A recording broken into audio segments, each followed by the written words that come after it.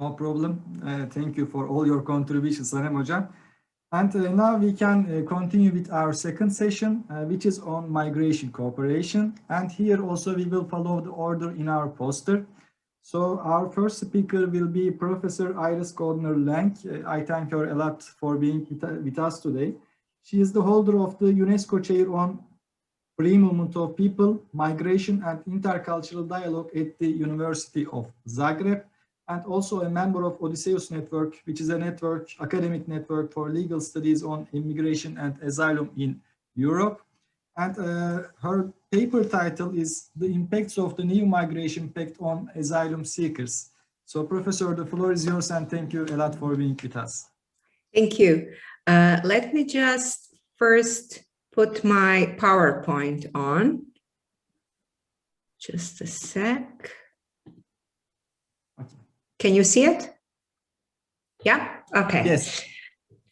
So, all right. So thank you once again. A big thank you to Professor İlke GÖÇMEN and the Ankara University for the invitation. I think this is a very timely conference, and I'm really looking forward to the discussion that we are going to have in this panel. And as İlke just said, the title of my presentation is The Impacts of the New Migration Pact on Asylum Seekers. And I would like, in this presentation, I would like to put forward 2 points. The first point is that the implementation of the Migration Pact in practice might pose a risk to the protection of asylum seekers' rights, and I will explain why. And the second point is that the future of the Migration Pact is very uncertain, and that there are a number of different elements contributing to this. The first is the fear of frontline member states of turning into hotspots, and I will explain when I talk about the Migration Pact why this is so. The second is the member states' experience from the 2015-2016 refugee influx, coupled with the judgment of the European Court of Justice in AS and Jafari. The third element are the judgments of the European Court of Human Rights, ND and NT and MK against Poland, which I will not discuss because I simply won't have time, but I would be happy to address them in the discussion if there is interest. And the last point, the last element, which adds to the uncertainty, to the unpredictability of the future of the Migration Pact, are the events at the external borders of the European Union. And here I would like to use the developments and the events at the Greek-Turkish border from February and March last year as an example of this, the influence of the external elements at the external borders on the Migration Pact. Now, so my plan is first to just explain why the Migration Pact might be a risk to asylum seekers' rights, and then to turn to the uncertain future of the pact. Now, to give you a very brief general background of the Migration Pact. So on the 23rd of September 2020, the European Commission proposed the new Pact on Migration and Asylum with the appended package of new legislative proposals. And the idea behind it is to reform the common European asylum system. And as I stated previously, it is really questionable whether these legislative proposals will actually ever be adopted, or whether this will be just another fiasco like the one we had based on the 2016 proposals. However, in my presentation, I start from the presumption that the pact will actually be adopted in the current form, and what consequences this might have. Now, the Migration Pact consists of 9 instruments. 5 of them are Commission proposals of regulations, and 4 are soft law instruments. And I will focus on 3. The first one is the proposal for the regulation introducing screening of third country nationals at the external borders. I refer to this as the screening proposal. The second one is the amended proposal for a regulation establishing common procedure for international protection. This is the amended asylum procedures proposal. And the last one is the proposal for regulation on asylum and migration management. This is the management proposal. Now, just to give you another point that might be interesting, as you can see, around 6 months have passed since the moment when the Commission made these proposals. Not much has happened in the meantime. So there is a kind of going back and forth discussion among member states, not yet visibly going anywhere. All the discussions end up to the question of solidarity. And currently in the working groups, there are discussions on the screening proposal. And I can't really say that there has been any significant advancement and that we can for sure say that these proposals will actually see any future, but who knows? Now, moving to the screening proposal.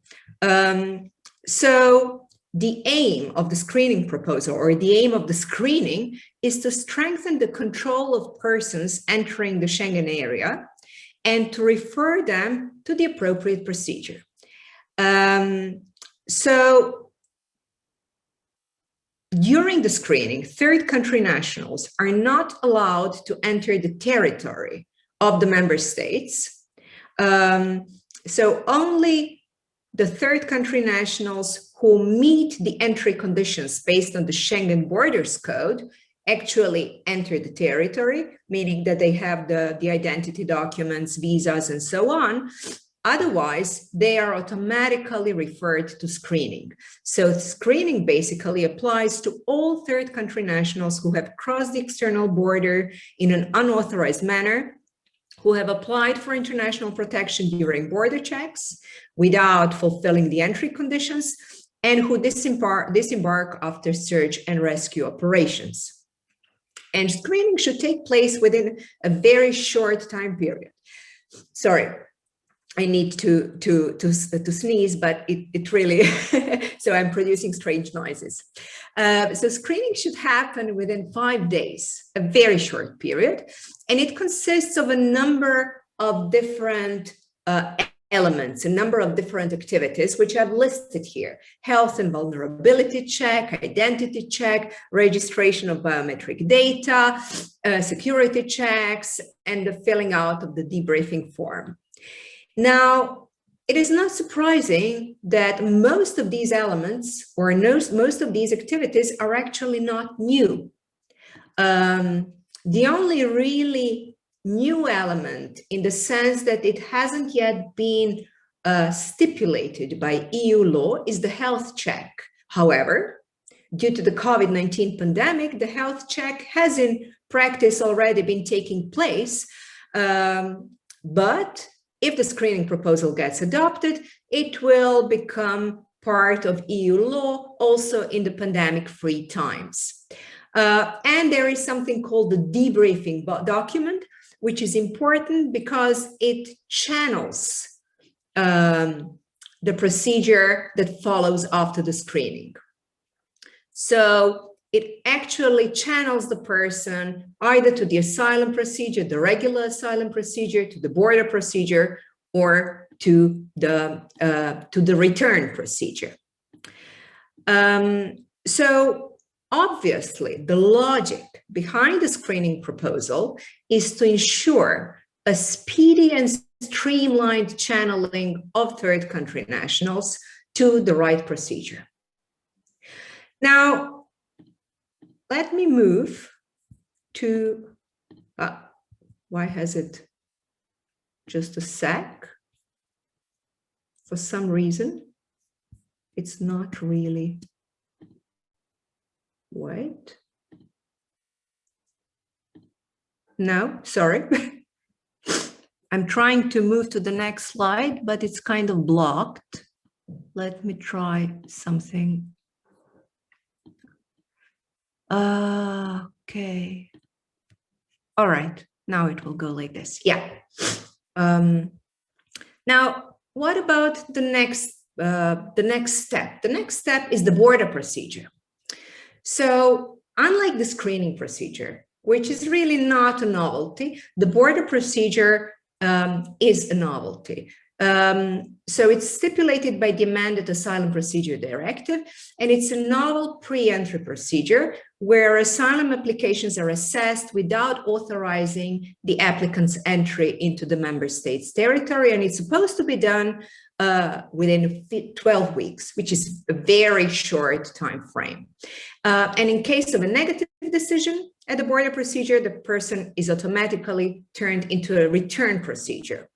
Now, the host member state is entitled to carry out the Dublin procedure, but obviously the intention behind the border procedures is to encourage the widespread use of these procedures happening in frontline member states and not really sending people to other member states.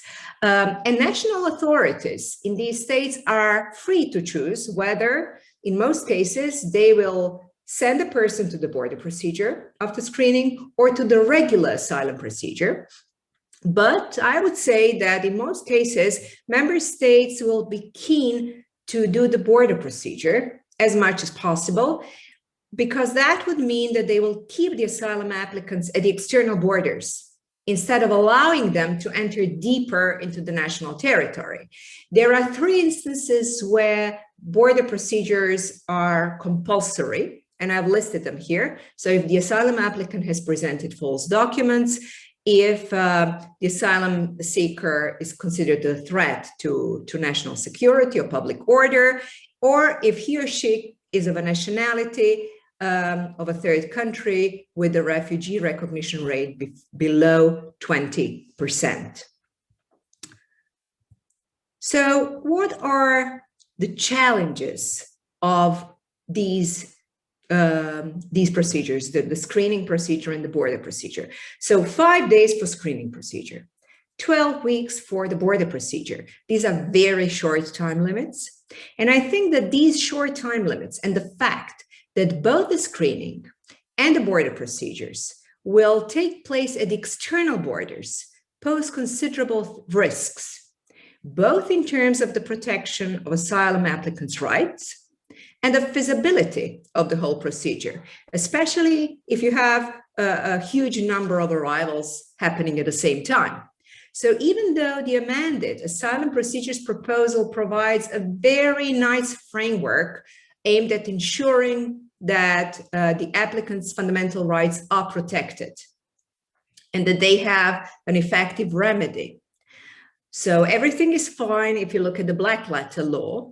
I would say that it is questionable whether the frontline member states will have enough financial and operational and human resources to actually implement this and to respect these rules in practice.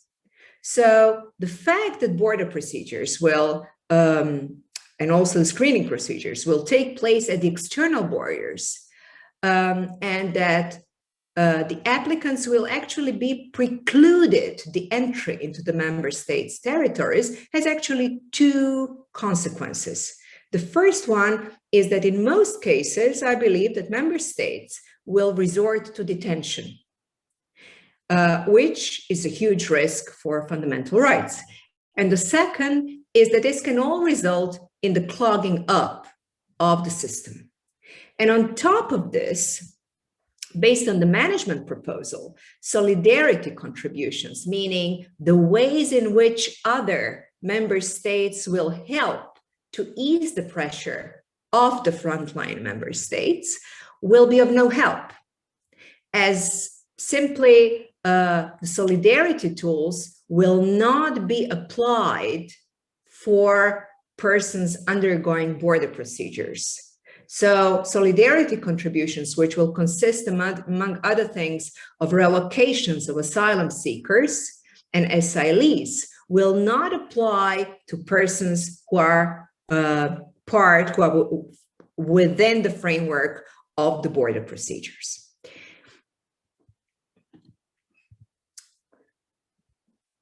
So,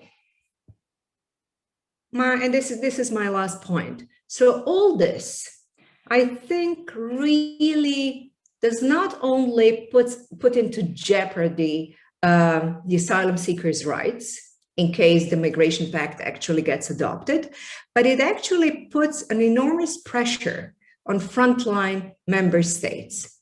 And because, of course, they are afraid that they will turn into hotspots. But on top of that, there are other elements that we have to take into consideration that will certainly play a role during the negotiations and potential adoption of the Migration Pact. As I said, the first one is the experience member states have had during the 2015-2016 refugee influx, and the view of the European Court of Justice on this, where the court in the case in the joint cases AS and Jafari stated that a member state which has decided on humanitarian grounds to authorize the entry to its territory of a third country national who does not have a visa cannot be absolved of the responsibility to examine the asylum application, as that person has entered that state irregularly within the meaning of the Dublin regulation. So in other words, in case there is a new refugee influx, frontline member states will be responsible for examining all asylum claims of third country nationals who entered their territories. And the border procedures stipulated by the Migration Pact would actually make this obligation even stronger. And in case there is a new Western Balkans route, this does not change this obligation. This does not change the fact that they are responsible. On top of this, we have the two judgments of the European Court of Human Rights, which add to this responsibility of frontline member states, because they have to be very careful what they do at external borders, whether they are doing any types of pushbacks, which can be considered to be or not to be collective expulsion, which is contrary to international and EU law. And finally, as I mentioned at the very start of my presentation, we have to be conscious of the fact that different frontline member states will naturally consider what is going on at their external borders, just like, for example, the events that took place last year at the Greek-Turkish border. Thank you very much. Thank you, Professor. Also, I would like to thank for your 15-minute presentation. It was really interesting. I just want to continue with Professor Jorrit RIJPMA. I think he is here now. Okay. I am definitely here. Hey, İlke. Hello. He is my friend and colleague from Leiden University, and now head of department at Europa Institute of Leiden Law School. And he will talk about EU-Turkey deal, and I would like to give the floor to Jorrit. Çok teşekkürler. I'm very, very sorry that I cannot be in Ankara. This is a very strange situation, of course, for everyone. I'm very happy to see you again, İlke. It's been a while. I'm also happy to see my colleague Narin, who must be about 750 meters away from my house, if at least she's still in Amsterdam. Well, I'm talking to you obviously from my house in Amsterdam. I have to apologize for having been absent and coming in late and not putting on my camera. I had to eat a little bit. I've been teaching since 9 this morning, and I will actually also have to leave you again at some point. It's the pandemic reality and the Corona coaster that we are all in. Enough for the excuses now. I'm very pleased to be able to return to a topic that I find very interesting, fascinating, not to say. And I do feel a little bit of pressure knowing that there is a virtual audience, including, for instance, Narin, who has already written so much and so much good stuff on the EU-Turkey deal. Also very happy to see Iris here, because she's just given an excellent presentation on the Pact. I'm happy to be able to agree with you. I had a meeting in the Senate this week on the Pact, and I think many of the points you mentioned, including the what I call the codification and the generalization of the hotspots approach, as proposed by the Pact, I think is very, very worrisome. I'm also looking forward to the discussion because I already have a few questions for yours. What I want to do is, when I was researching into sort of where do we stand now on the EU-Turkey deal, and I realized that actually very little has happened legally. A lot has happened, of course, politically, and I have to be very careful because I'm not a political scientist. I'm not in the bureaus in Brussels. I am not on the ground in Turkey. I also feel a little bit, I'm not trying to be woke here, but I do feel a little bit awkward in not being Turkish. That's why I think it's so good we have this discussion here, that we get both sides. But do understand that perhaps my talk on the EU-Turkey deal is a European view of the EU-Turkey deal. I did do some additional inquiries. I also spoke to some of the people that are deep down into the EU External Action Services, so that gave me some interesting insights that I hope to share with you. Now, just as a general, I do not have a PowerPoint. I don't think that is necessary. I think what I want to discuss in the well, by now 13 minutes I have left, I would like to briefly recall what the EU-Turkey deal was, and perhaps even more importantly, what it was not. Maybe one final point on sort of my research in preparation of this talk. I was a little bit shocked by on the one hand, amount of academic writing done on the EU-Turkey deal, and at the same point in time, I'm not saying the lack of quality. I mean, there's excellent pieces out there, including of Narin, I must say. But and that's so far for the compliments, Narin. But there's also a lot of work. I feel what is lacking is a comprehensive, honest academic overview into the effects of the EU-Turkey deal. There is an incredible amount of beautiful commission statements. They're always a bit out of date. Of course, we're now waiting for like the 5-year report. But if you try to sort of establish a timeline of events, there is as many opinions and views as there is academic articles. Not to mention the amount of articles, and I'm sort of joking this a little bit, but talking about the othering in the historical perspective of gender at the EU-Turkey border, for instance. I mean, there's very few to the point overview work, I think, that counterbalances I'm not saying propaganda, but there is obviously an interest in the information that is coming out from both sides of the border, from both Turkey and Europe.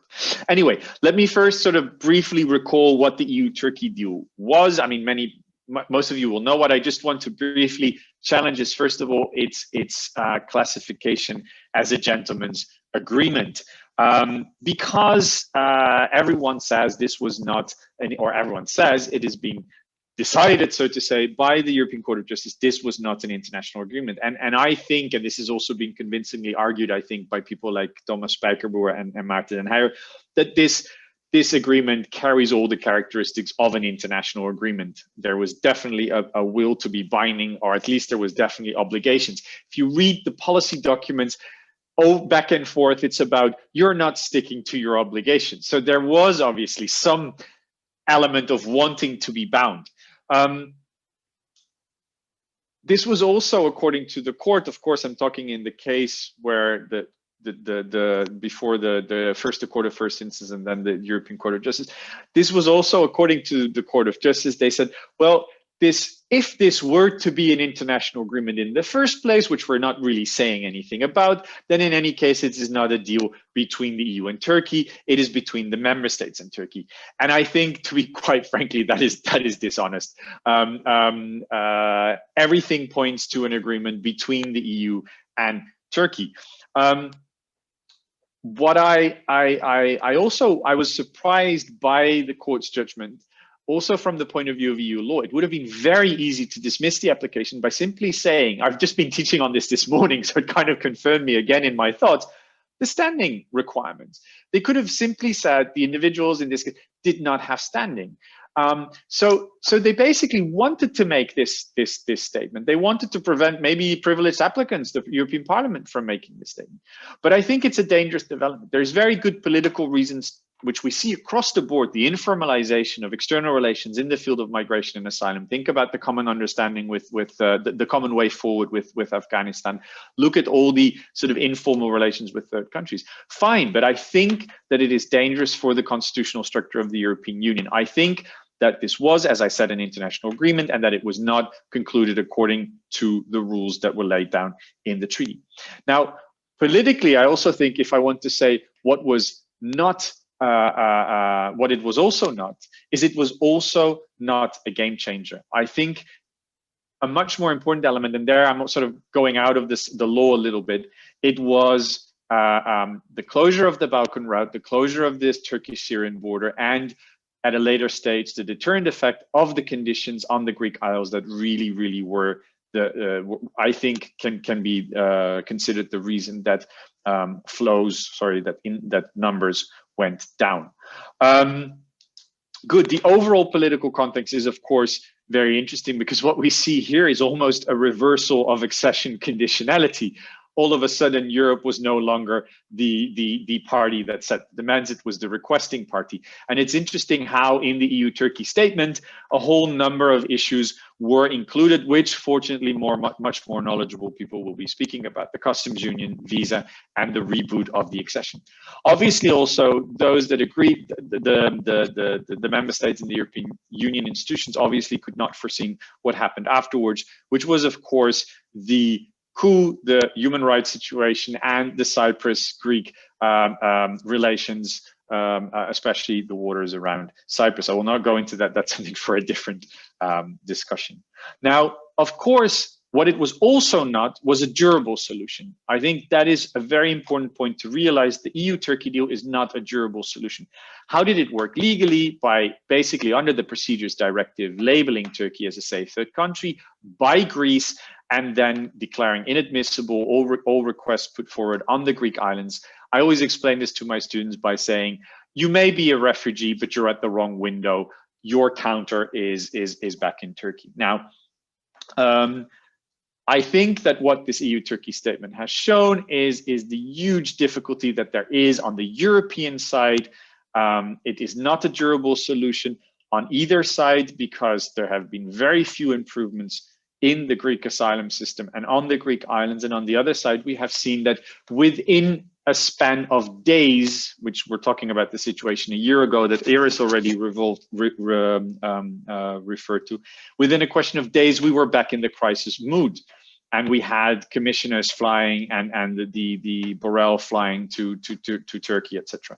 Now, President Erdogan has called for an EU-Turkey deal 2.0. And I think that is maybe not such a bad idea if it is to be agreed as a real international agreement, which makes it clear that there is obligations on both sides of the table, that there is a clear understanding of what these obligations entail, and that you can also hold each other to account, so that we avoid this constant sort of mutual blackmailing, I would almost say, over the back of refugees.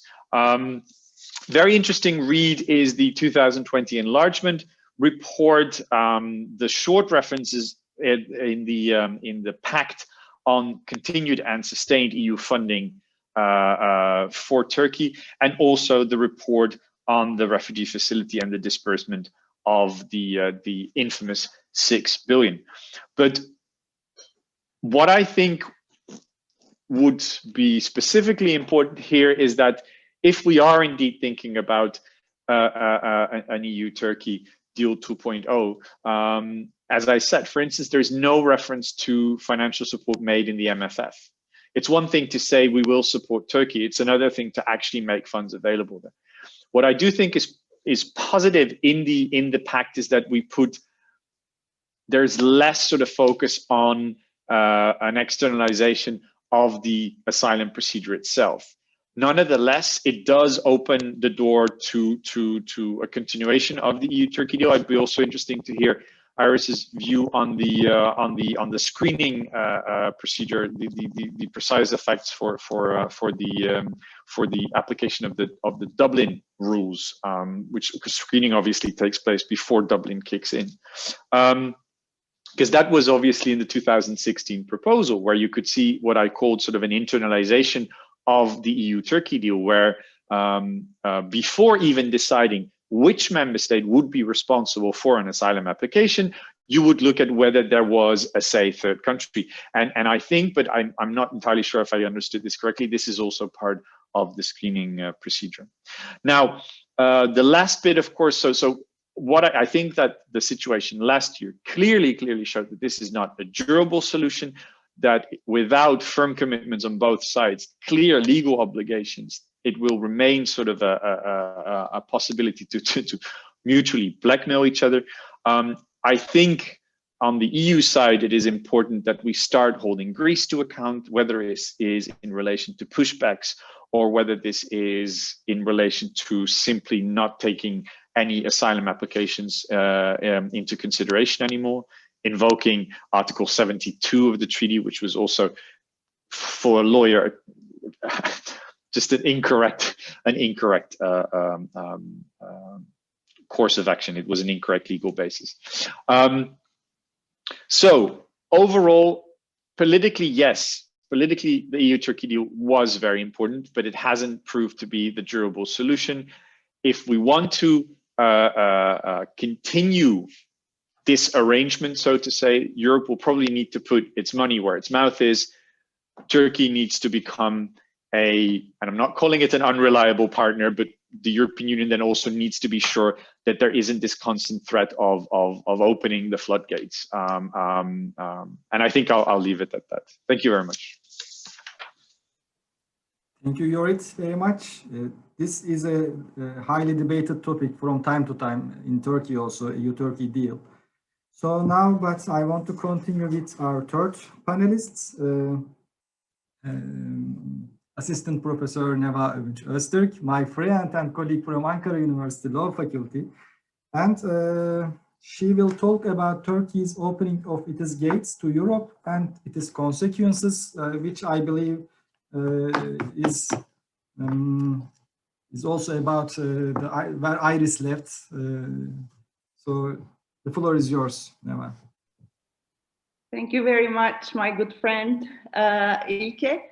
I also would like to thank for the kind invitation for you too. I'm really quite honored to be part of this organization with these distinguished colleagues and professors whose works have always enhanced and actually built my humble knowledge on EU law as a simple academic who focuses on migration and asylum.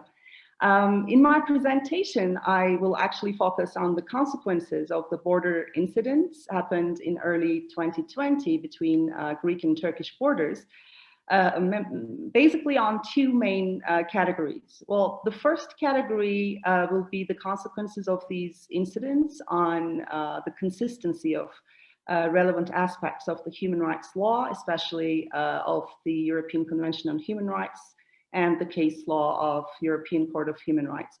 And in the second part of the presentation, well, but maybe I should mention that the first part actually, even within its subtitles, might constitute a separate topic of different presentations. So I'm not going to get too deep in that part. And in the second part of the presentation, I will focus on the migration cooperation between EU and Turkey as a matter to be re-questioned, especially through international refugee law perspective as a result of the said incidents. But before passing to these stages, I would like to give a quick reminder of what had happened between, or let's say near, the Greek and Turkish borders in early 2020. So on February 27th, 2020, during the Spring Shield military operation conducted by Turkish forces in Idlib, Syria, 34 Turkish soldiers were killed.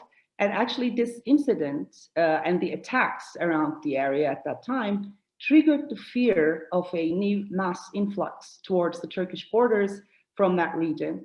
And then the news were spread that Turkey opened its borders to Europe. So following that, actually, first an announcement was made by the AK Party spokesperson, as I quote, "Our refugee policy has not changed, but we are in the position to maintain the containment. We're not in the position to maintain the containment of refugees anymore." And on the same day, the Greek Prime Minister this time stated that irregular entries to Greece will not be tolerated, and that Greece has been strengthening the border security. By this time, the Turkish president declared that Turkey opened the borders and would keep the borders open, as Turkey is not in the position to shelter these high numbers of refugees. So thousands of migrants, including the ones who could be actually in need of international protection, had rushed to the border following these declarations. According to the observations of the several NGOs and based on their field reports, these individuals were mostly from Afghanistan, Iran, Pakistan, Bangladesh, Congo, and Syria, basically from the war or conflict areas. So it is also observed that there were vulnerable individuals, such as pregnant women and small children within the groups of these migrants. The official declarations, though, made by Greek and Turkish officials regarding the numbers of migrants who attempted to cross the borders varied and did not match. But it was demonstrated by the news agencies that thousands of migrants got stuck between borders of Greece and Turkey following the sad declarations of Turkey and the reaction of Greece. So there had been reportings of serious incidents, such as usage of tear gas, water cannons, plastic bullets, and live ammunition by the Greek security forces for the repression of the movements of migrants. And also it is reported that 2 migrants were shot dead after they tried to enter Greece from Turkey. Greek authorities, though, have strongly rejected such accusations, and they indicated that they were able to fend off around 50,000 migrants, whereas Turkish authorities stated that approximately 150,000 migrants passed to Greece. Well, this crisis, it's called, came to an end as a result of the COVID-19 pandemic, when Turkey moved the migrants from the border over the threat of coronavirus. So Greece also suspended all asylum applications for a period of 1 month. The legal basis of this suspension was an emergency legislative order issued by the Greek authorities.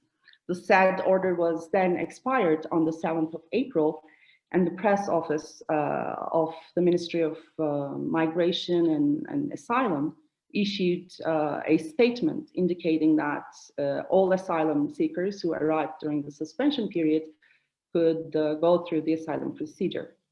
So actually, it could be said that these incidents had various legal aspects to be debated, both on EU law or human rights law, and of course, on refugee law. But if we consider some of the major ones, first, the claims regarding Greek authorities using excessive force and ill treatment could be seen to invoke Article 3 of the European Convention on Human Rights, the prohibition of torture and ill treatment, and also Article 2, the right to life as for the negative responsibility of the said state.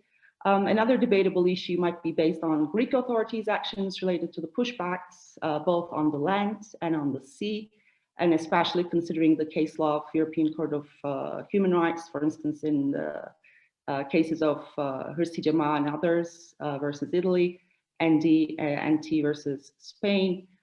We do know that the court considers the extraterritorial jurisdiction of states in pushback situations, both on the sea and on the land. The court also in its various cases continually acknowledges that the obligation and necessity for the contracting states to protect their borders, but also significantly emphasizes that the border checks, border controls, or activities related to these matters should be conducted in accordance with the convention guarantees, and especially in particular with the obligation of non-refoulement. Here, another issue that could be questioned would be whether the pushback activities could be themselves considered to be in violation of the positive obligation provided by Article 3 of the European Convention on Human Rights in terms of non-refoulement. Well, we do see that in several cases, for instance, in FG versus Sweden, Papashvili versus Belgium, and more explicitly and clearly in İlyas Ahmet versus Hungary, the court considers the obligation to examine whether the concerned person has a real risk to face a treatment that is prohibited by Article 3 within the procedural aspect of the said article.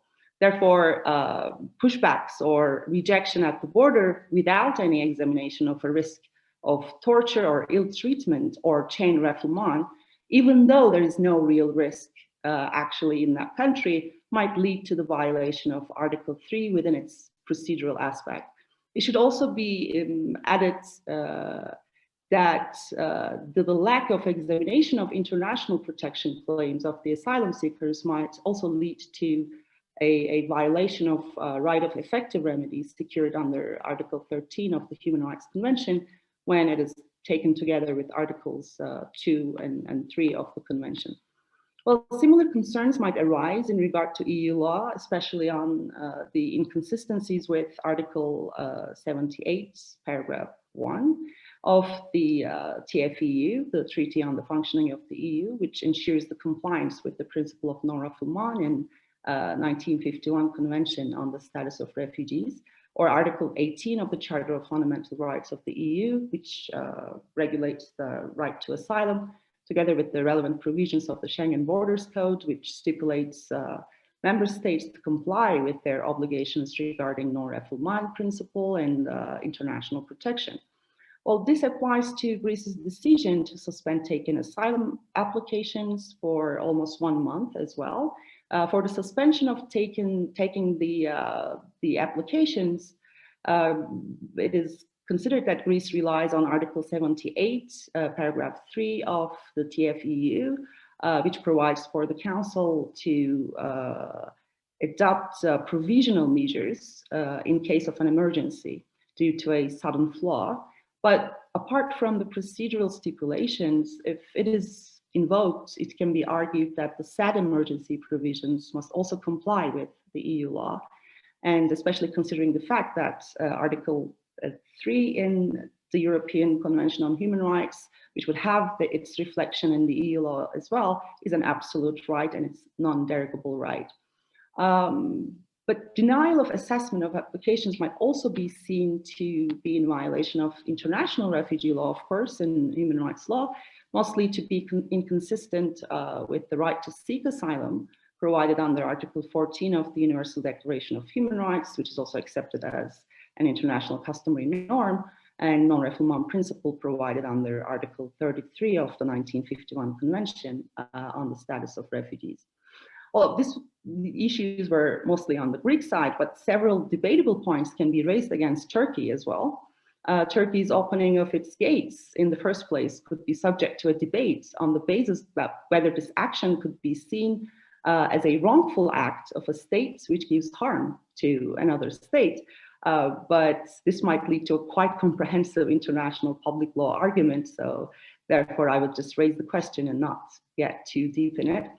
Another issue that could be related to Turkey could be on its positive obligations to prevent individuals to be exposed to treatments.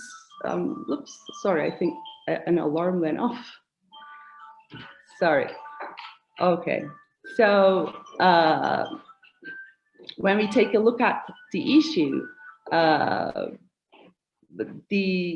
important element would be that if the migrants would voluntarily like to pass towards the Greek side, although they're aware of the risks, would Turkey still be considered liable? To answer this question, and just going through the case law of the European Court of Human Rights, in NA versus Finland, for instance, the Human Rights Court concluded that even if a movement of a migrant towards an area that could bear a risk of ill treatment seems formally voluntarily, the conditions and options of the concerned individual should be evaluated when voluntariness is determined. So therefore, even if the migrants had acted with their free will to pass to the Greek side, it could still be argued that Turkey could be held liable for the positive obligation arising out of Article 3. Certain arguments can also be made in terms of ineffective prevention of migrant smuggling and or human trafficking following the Turkey's decision or, let's say, action to open the gates or easing the border checks, which would raise a liability under international law. But as I said earlier, these matters of debate actually constitute a separate presentation topic to argue. But as a concluding statement for this part, I don't know how many minutes I have. I have a second part still. 5 minutes. Still. Okay. Okay. It could be easily said that the incidents for this part of my presentation on the borders of these two countries raised very serious debates for the inconsistency with human rights and refugee law. But now I would like to quickly move to the last part of my presentation, which would be in regard to questioning the migration cooperation between EU and Turkey, especially on the matter of responsibility sharing for people in need of international protection. I will complete this part very briefly to be precise on my allotted time, so maybe I can take some questions to be more comprehensive for this part. Well, actually, the incidents happened between Turkish and Greek borders made us sort of re-question the method and the context of the said collaboration. In my opinion, this was one of the most significant consequences of the incident.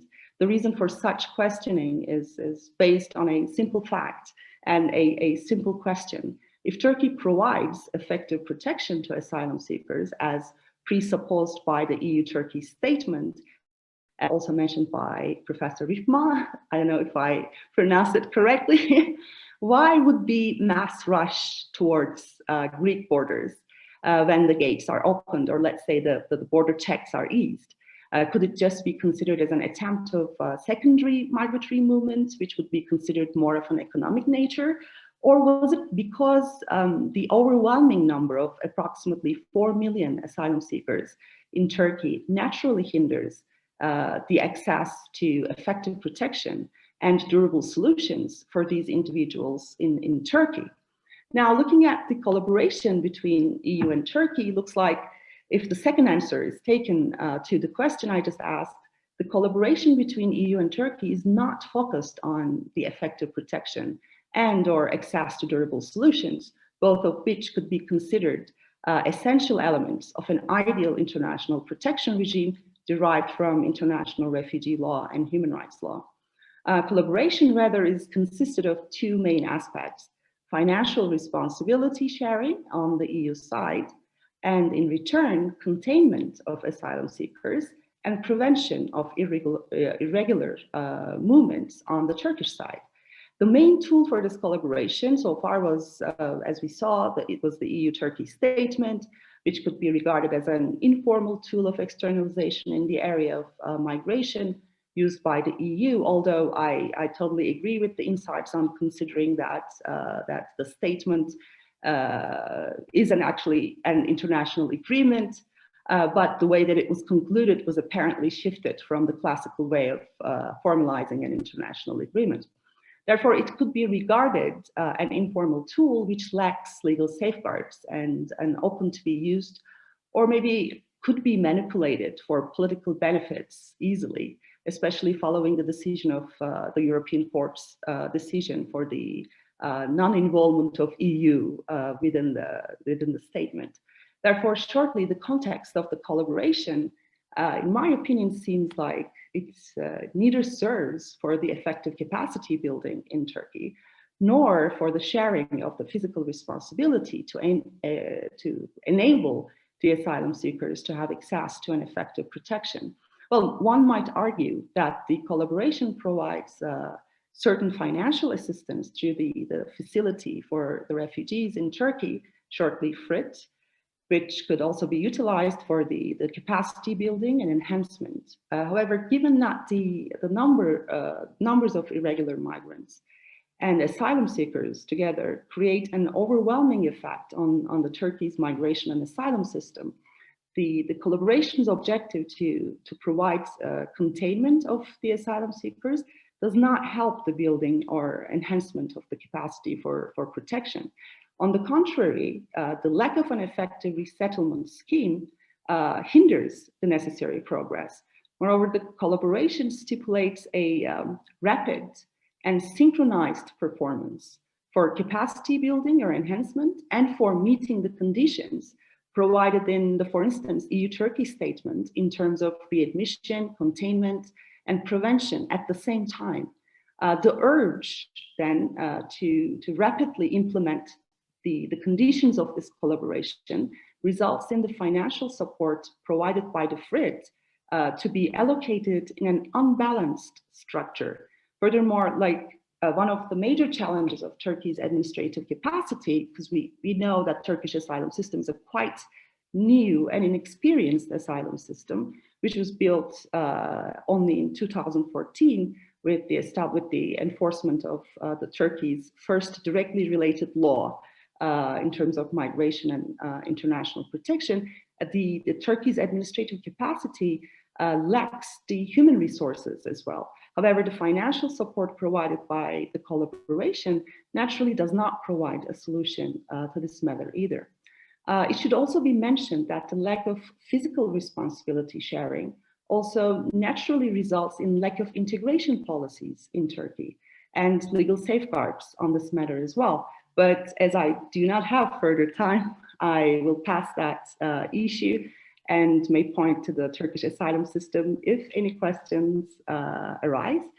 As a conclusion, the incident between Greek and Turkish borders have certainly raised arguments in terms of consistency with human rights and refugee law, but it also demonstrated that especially the collaboration between EU and Turkey regarding forced migration is not based on a balanced scale on both physical and financial responsibility sharing, aiming access to an effective protection. As long as this perspective is maintained and the collaboration is carried out through informal tools which stipulate rapid and synchronized fulfillment of containment and prevention policies in return of financial assistance, I believe that such incidents seem likely to happen again. So thank you very much. Thank you, Neva Hocam, for this thought-provoking presentation and contribution. And now I will play me, myself, and I, and give the floor to myself. So I will share my screen if I can. I hope it is also visible to you. Okay. So my topic is about visa issue between European Union and Turkey. And I should also begin my chronometer in order not to overtime. The aim of my presentation is to draw a general legal framework regarding the visa issue between European Union and Turkey. And my focus will be on visa applied to Turkish citizens by the European Union and or member states, not vice versa, because I think this is the most problematic part of the visa issue. At the plan of my presentation, I will have some preliminary remarks on visa. Then I will try to draw a general legal framework about this visa issue. I think we should start with the definition of visa and then features of visa. Very briefly, visa may be described as an authorization to enter and or stay in a territory. Hence, when we talk about territory, we talk about statehood and sovereignty, which means that there is a highly political sensitivity and discretion in this regard. In legal terms, for instance, according to the case law of the European Court of Human Rights and International Court in the European sphere, as a matter of well-established international law and subject to its treaty obligations, a state has the right to control the entry of non-nationals into its territory. I think two conclusions flow from this statement. The first one is visa may not be the sole requirement, but just one of the requirements to enter a territory. But secondly, which I will use as a framework, a state has the right, first of all, whether to impose a visa requirement on non-nationals or on certain categories of non-nationals, and to determine the conditions of issuing a visa. But they are all subject to international law in general and bilateral or multilateral treaties in particular. I think we should also make a distinction between the types of visa. Depending on duration, there might be short-term visas and there might be long-term visas. For instance, 3 months in a 6 months time may be regarded as a short-term visa, and longer than these periods may be regarded as a long-term visa. But also depending on purpose, there might be visas for non-gainful activities and there might be visas for gainful activities. Not necessarily, but usually short-term visas coincide with non-gainful activities and long-term visas coincide with gainful activities. So I will use this framework in order to draw a general legal framework between the visa issue between the European Union and Turkey. First of all, regarding being subject to a visa for short-term or non-gainful activity visas, we can generally say that then member states, let's say the first 9 member states, has required this visa type from 1980s onwards. And nowadays, European Union has been continuing this practice, which is harmonized by the European Union under its visa list regulation. For long-term or gainful activity visas, well, member states may have required or require this visa type. Let me note that this area generally not being harmonized by the European Union for now. Lastly, as regards the conditions of issuing a visa, these have been probably changed over time. Let me note again that this is just a generalization. For full legal position, case-by-case review is required, but in order to have a starting point, I will use this framework and try to answer the question, how might law affect the visa issue between Turkey and the European Union? I will first start with the Turkey-EU association law. I can easily say that association law foresees the possibility for free movement of persons and services between Turkey and the European Union. There are provisions for this in Ankara agreement and also in additional protocol. However, this couldn't have been achieved in the meantime. Hence, today, member states and or European Union has the right to govern the first admission to the territory of member states of Turkish nationals. However, again, there are standstill clauses in association law which may have effects on that right in general and on visas or visa conditions in particular. These have been mentioned by Narin and Özlem in their presentations. These are the standstill clauses. There is the one for freedom of establishment and to provide services in Article 41 of additional protocol. And there are 2 for freedom of movement for workers, but I will use the one which is earlier, Article 7 of Association Council Decision Note 276. So what is a standstill clause?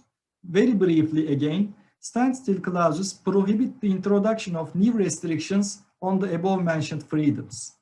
So these standstill clauses have been interpreted by the Court of Justice of the European Union in various cases. And today I believe that we have all the knowledge of the legal parameters regarding these standstill clauses. So as regards their material scope, the court says that they are quasi-procedural rules, which means that they give no substantive rights. I mean that a Turkish citizen cannot rely on a standstill clause in order to enter a member state or its territory, let's say.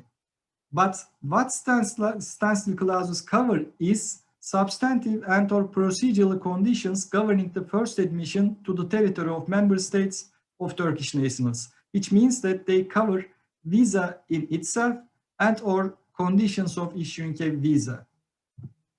Here, we have to answer what is the personal scope of these standstill clauses, who can rely on them. First of all, Turkish workers, self-employed persons, these are either established ones or as service providers, and workforce of service providers are included, which means that generally the chance to object to long-term or gainful activity visas is included.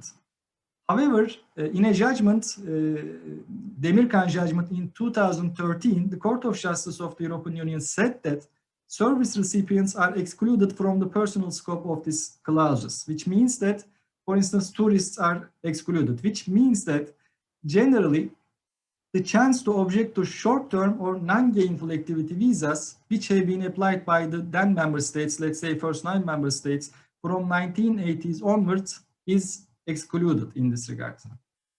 But there are also two more limitations regarding these standstill clauses, and one is about it is temporary scope. Only new restrictions are in principle prohibited, which means that if a state applies to the certain categories of Turkish citizens, for instance, let us take the example of additional protocol, and the member state will be the one from the first 9 member states. In 1973, if it applied that visa, it can apply it for today also. But also there is one more limitation regarding the substantive scope of the standstill clauses.